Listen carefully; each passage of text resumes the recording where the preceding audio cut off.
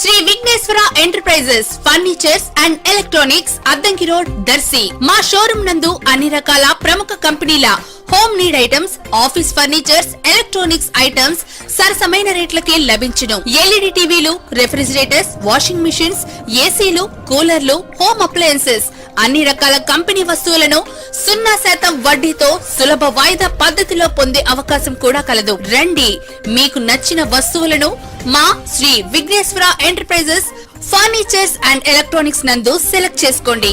Proprietor G Narayana Reddy.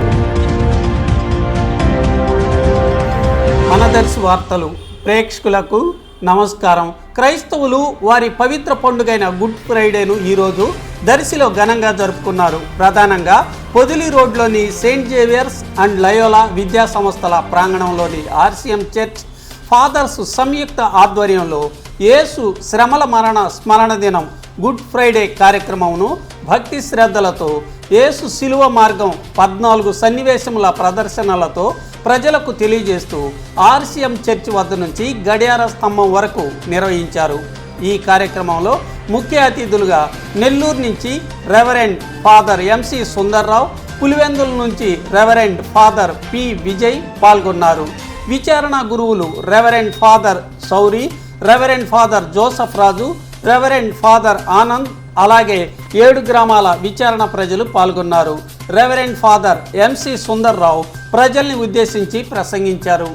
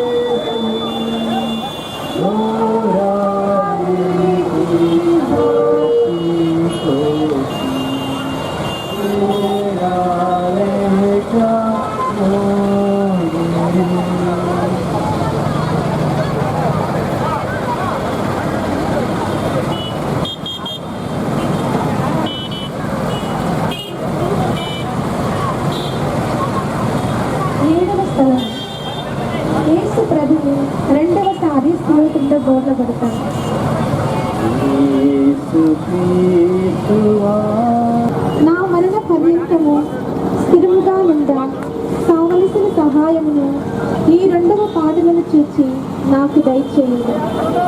నాకు వచ్చుడు సకల శోధనల యందు సదా నేను మీ శరణు తెచ్చుటకు నాకు అనుగ్రహము పాలించండి.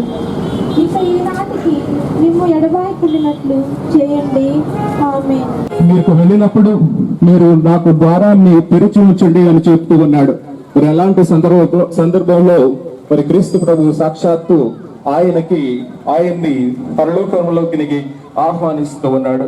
చూడండి ప్రియ సహోదరి సహోదరులారా, మరి మూడవ మాటగా క్రీస్తు ప్రభువు ఆయన పలుకుతూ ఉన్నటువంటి మాట సిలువ నుండి, అమ్మా ఇదిగో నీ కుమారుడు అని పలుకుతూ ఉన్నాడు మరియ తల్లిని చూసి. ఆ తర్వాత మరియ తల్లితో యోహానుతో ఇదిగో నీ కుమారుడు అని పలుకుతూ ఉన్నాడు. చూడండి ప్రియ సహోదరి సహోదరులారా, మరి తన తల్లికి తన శిష్యుడిని ప్రసాదిస్తూ మరి తల్లి అయినటువంటి దినసములు మరి అంతా మానవాళినంతా కూడా ఆ యొక్క ప్రభువుకి క్రీస్తునాథుని యందు ప్రియులకు సహోదరి సహోదరులారా, అదే విధంగా క్రైస్తవ సహోదరులు, కథోలికులు, క్రైస్తవేతరులు అందరూ కూడా ఈరోజు ప్రత్యేక విధంగా ఈ గుడ్ ఫ్రైడే నాడు క్రీస్తు శ్రమలు, పాటులు, మరణాన్ని కొనియాడుతూ ఉన్నాం. కాబట్టి ఈ గొప్ప దినాన్ని గుడ్ ఫ్రైడేగా మనం కథోలికులు, క్రైస్తవులు కొనియాడుతూ ఉన్నాం. ఈ రోజున క్రీస్తు ప్రభు తనను తాను సిలువలో అర్పించుకున్నటువంటి గొప్ప దినం. సర్వ మానవాళి రక్షణార్థమై సిలువలో క్రీస్తు శ్రమలను అనుభవించి మరణం పొంది తద్వారా మానవాళికి రక్షణను ప్రసాదించారు. యేసు ప్రభు ఒక గొప్ప సేవకుడు అని ఈనాటి పట్టణాలు మనకు ప్రబోధిస్తూ ఉన్నాయి.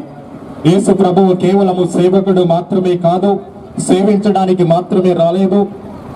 యేసు ప్రభువు ఒక గొప్ప యాజకుడు, యాజకులకు యాజకుడు, గొప్ప యాజకుడుగా మరి ఈనాటి పట్టణాలు ప్రబోధిస్తూ ఉన్నాయి. అదేవిధంగా క్రీస్తు ప్రభువు గురించి ఆయన ఒక గొప్ప రక్షకుడిగా మరి పరిశుద్ధ గ్రంథం ప్రబోధిస్తూ ఉంది. కాబట్టి క్రీస్తు ప్రభువు సర్వ మానవాళి రక్షణార్థమై ఈ యొక్క సిలువలో మరణం పొంది మనందరి కోసం మరలా మనలందరినీ కూడా పాప విముక్తులను చేయడానికి ఈరోజు ఈ లోకంలో మరలా ఈరోజు గుడ్ ఫ్రైడే నాడు ఈ యొక్క శ్రమలను అనుభవిస్తూ సిలువను మరోస్తూ సిలువలోనే గొప్ప జీవితం ఉంది, సిలువ వెనుక గొప్ప జీవితం, నూతన జీవితం ఉంది అని మనకు ప్రబోధిస్తూ ఉన్నారు.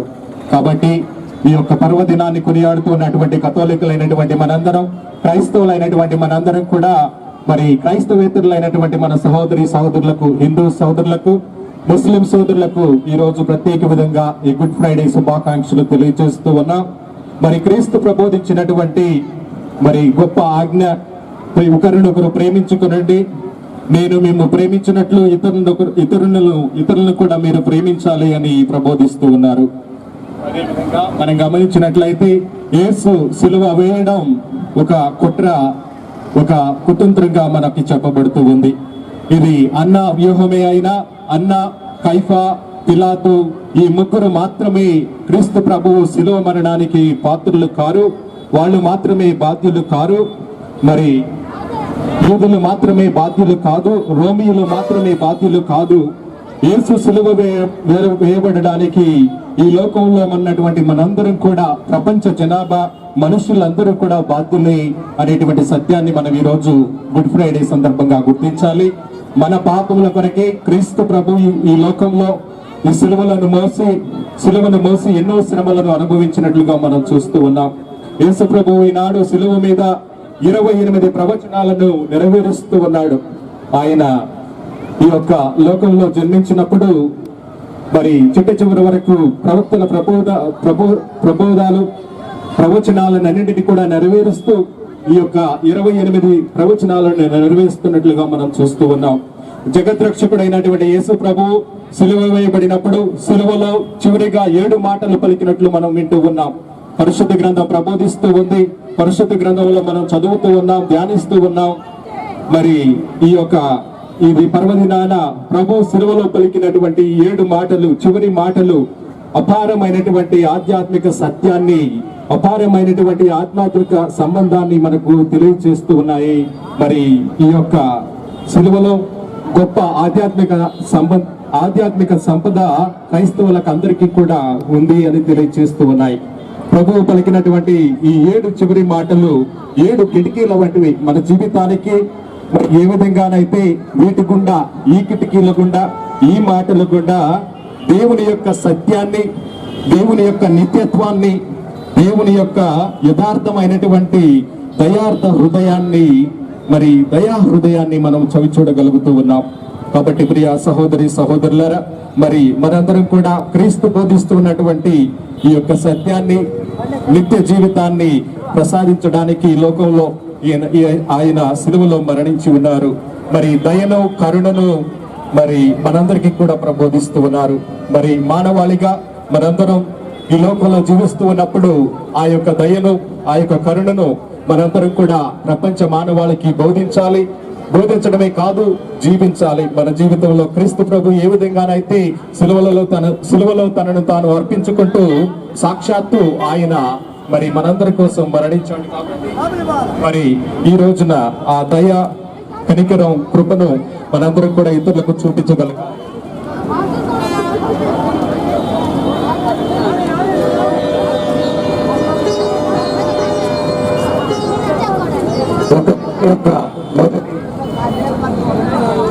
మొదటి మాటలు మనం చూస్తూ ఉంటాం. చిన్నపిల్లలు వాళ్ళు మొట్టమొదటి మాటలు మాట్లాడుతున్నప్పుడు మనకి ఎంతో ముఖ్యంగా ఉంటాయి. తల్లిదండ్రులు, కుటుంబ సభ్యులు వీళ్ళందరూ కూడా ఆ మాటలు వినాలని కోరుకుంటూ ఉంటారు. మరి అదేవిధంగా ఒక మనిషి యొక్క చివరి మాటలు కూడా